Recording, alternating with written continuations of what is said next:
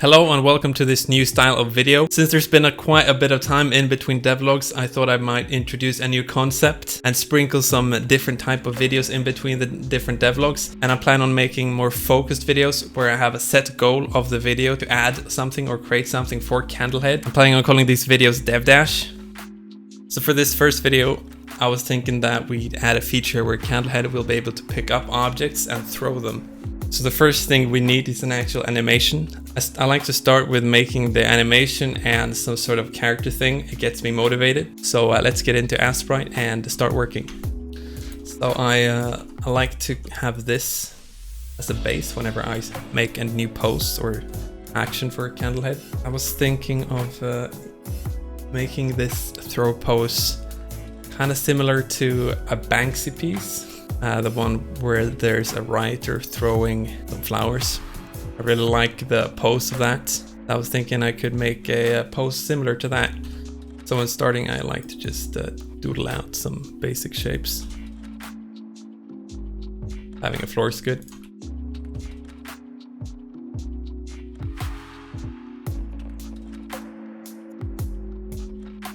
So if you've seen my recent devlog, episode 10, I introduced an enemy that can shoot in any direction. And just like with that guy, I plan on making it so the upper body here can rotate independently of the lower one.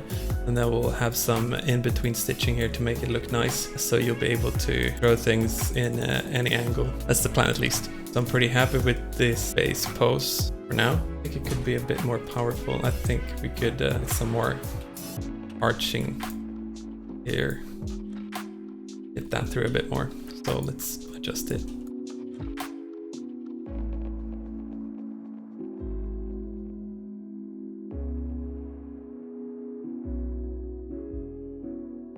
Alright, I feel like this pose right here is a little bit better. So what I usually do at this point is that I move everything into a new file where I'll animate it, because we need one pose where he starts charging up his throw and then we need to slowly wind it back. I'm planning on having it so you have to hold the key to charge up.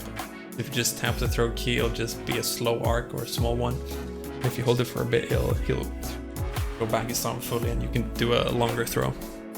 So we need to do that animation now. So let's separate the reference and the floor to its own layer. And then we have the actual thing we're working on another layer.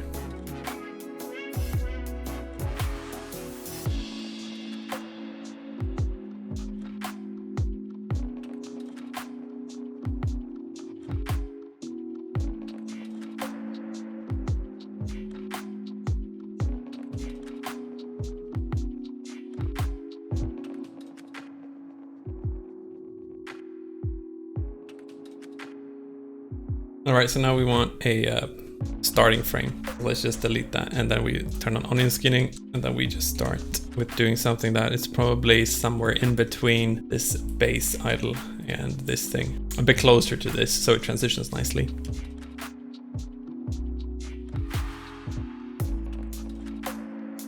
Just a really rough one. And then we start adding some in-betweens. So now we just make a frame in between these two states. Okay, so we see that this shoulder moves down, which means we should probably need to place it properly. So now we see that it kind of looks like it moves in an arc.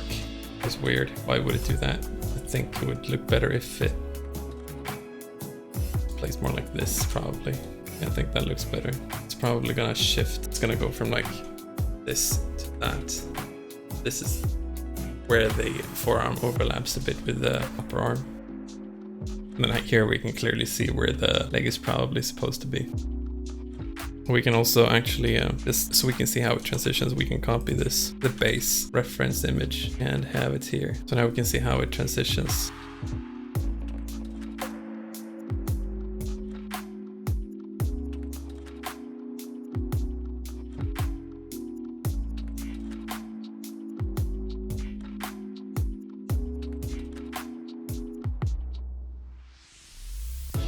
And then we just repeat the process and add more in-betweens.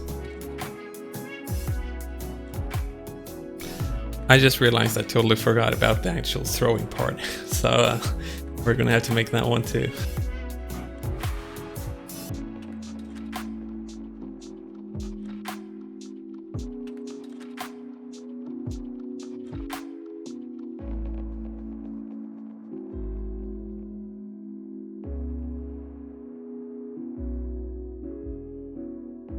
And I'm thinking when you reach the max point, we're gonna have like a little bit of a stretch frame where he overextends a bit just to make it up a bit. And then it will snap back into the max position, like a little bit of a bounce to it.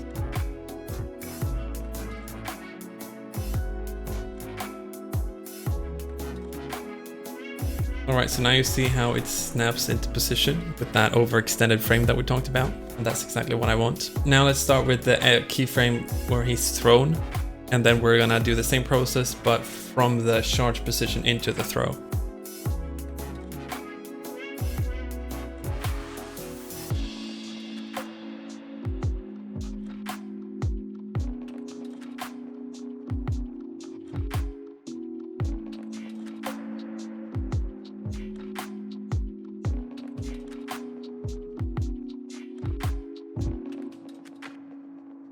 So right now I made 2 keyframes, one in the middle of the throw because I wanted his leg to be in the air, and then finished the throw. And then from here we're gonna transition back to this pose. So we've got something like this, and then a throw, and then back to that. Charge up, and then a throw, and then back. So what's really important and the main motion of this animation is the flow here of the hand. So we really need to sell the flow of this force in this thing here, going from this point to that point, the straight accelerating line. Another thing that's going on is that we have the torso here, which will rotate back. So we'll have like a 180 kind of, or a few degrees of rotation here. So shoulders will switch position. We're also going to have this knee kick up to help with the forward momentum of the arm.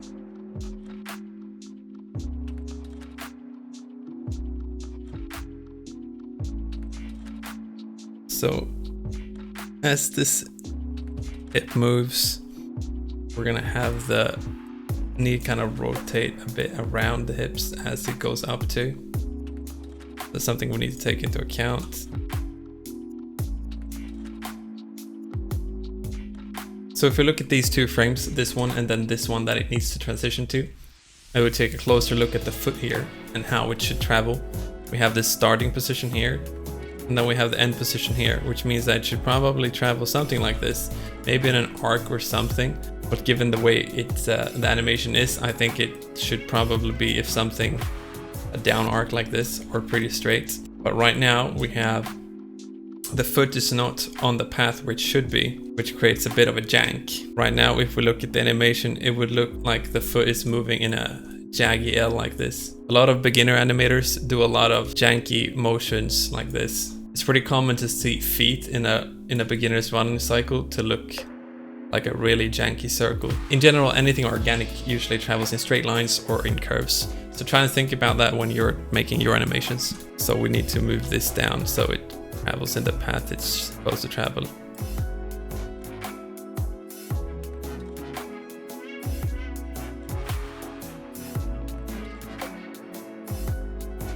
The reason I've made it so that Candlehead has a split hoodie where the back is longer than the front part and the seam here is cut is not just for design, but to actually give the viewer some visual aid of how hips are oriented, because it's such a low resolution. So as you can see here, the seam is a bit back, which we can then assume that the majority of his torso is facing us. And then in this frame, we can see that it's in the middle of the hips, which means that some sort of rotation is going on. And at this frame here, we can see that it's now moved to the right side. And when your eyes interpolate and see these 3 frames together, it's easier to read that it's a hip rotation and that we now see the back.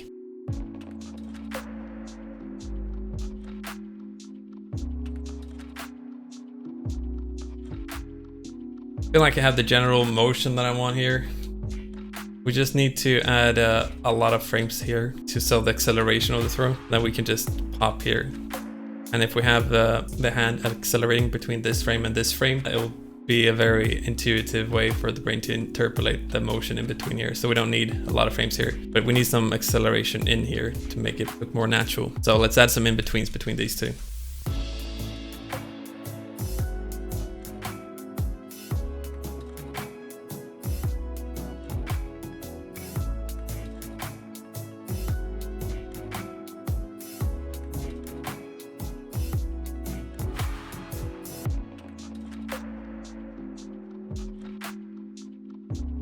Okay, we need a few more frames in the wind down after the throw and when he's transitioning into the idle state, because it's a bit jank right now. And then I think we need a few more in-betweens in the throw to sell the acceleration and the power of it. Slower objects take longer to accelerate and reach maximum velocity, so having a lot of frames in the beginning of an acceleration for heavy objects make them look heavier. And lighter objects don't need as much time to accelerate, so if you just imagine waving around with your phone is pretty fast, but if this thing was like a 20 kilo weight or something, it'd be a little bit heavier to like move it in different directions. So we're gonna add a few more frames here where he accelerates into the throw to sell the power of it, and then we are going to add a few more in-betweens here when he slowly transitions into idle.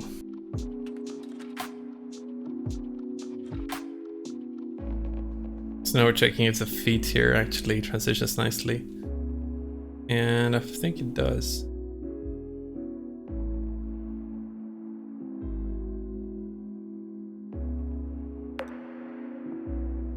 We're gonna add an in-between between these two frames to make the acceleration a bit slower here in the beginning.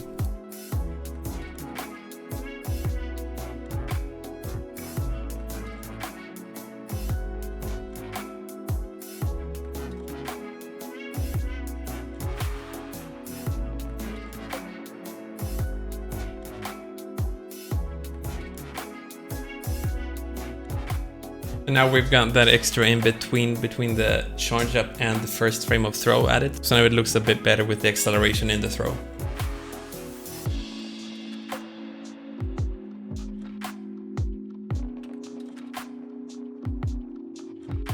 I adjusted it so that the frame after the maximum extension of the throw has the leg pretty similar to the frame, which just makes it so it's easier for the viewer to read that angled knee up there in the air.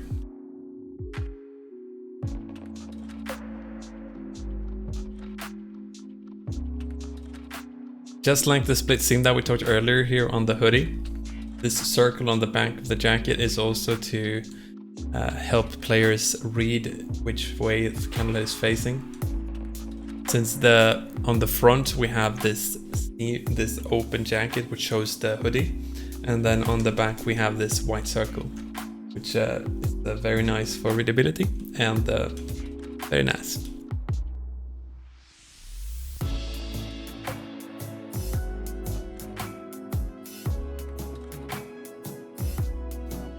Let's try and see if we can do the same thing as with this thing here, where we did a little bit of an overextension to make the full charge a little bit impactful.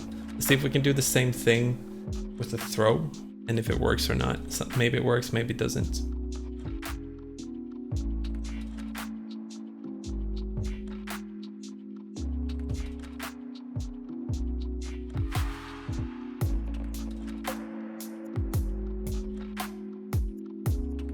Okay, so this is what we got when we added that extra frame at the full extension of the arm, and I am pretty happy with what we've got right now.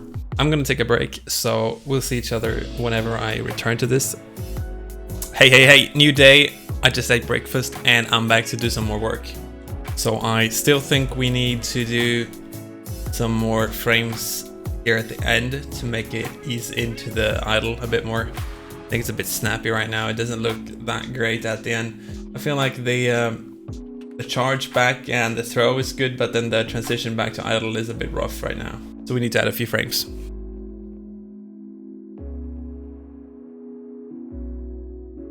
So having one frame between this last one and the idle, I think will make the transition a bit better.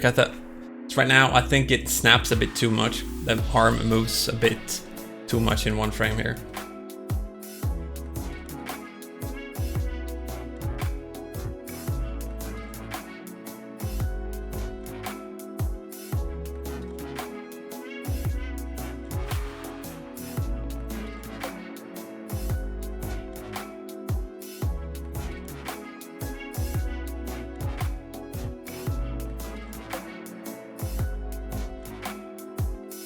Alright, so now we got that other in-between frame, so I think it looks a lot smoother now.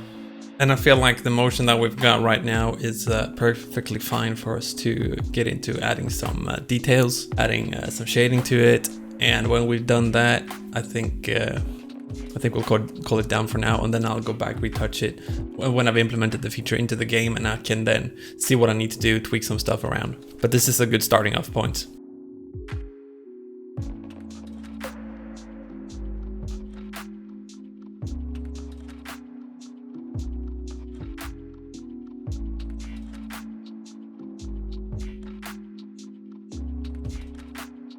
Okay, so here I found an issue with my current animation and how I've made the legs. So in this frame we see how the back leg here moves backwards as he throws, right?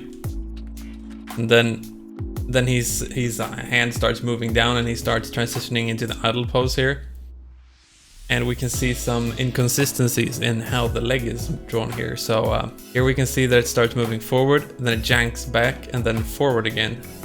So you can check here how the leg janks, it goes forward and then janks back and then forward again to its proper motion. So ideally what we would want is the leg to always move in the direction it's supposed to move. So to get a smoother animation, we should ideally correct this inconsistency to make the leg always move in the direction it's supposed to do. Otherwise that will create some janky motions. And this is generally what I do.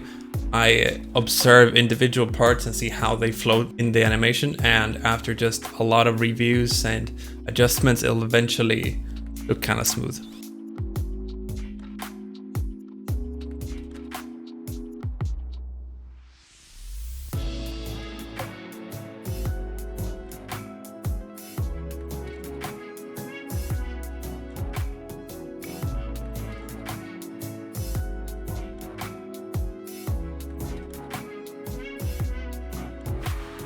Alright, so we're done with the legs now and all the shading on the legs. And I added some shading to the shoe here to show that you can see a bit of the back foot, or like the underside of the foot here when the foot is in the air. It just did some things. And I think we're gonna move towards working on the jacket and the hoodie right now.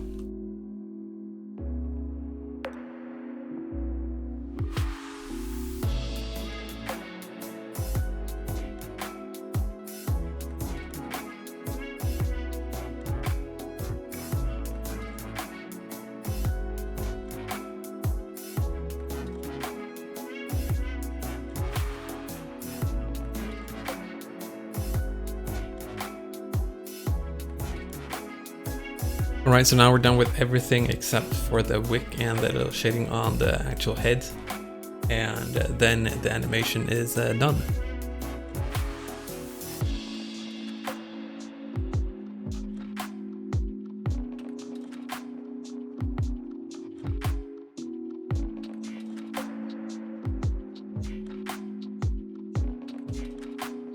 Alright, that's the entire candle and the wick animated. I usually like to add a bit of wiggle to the wick.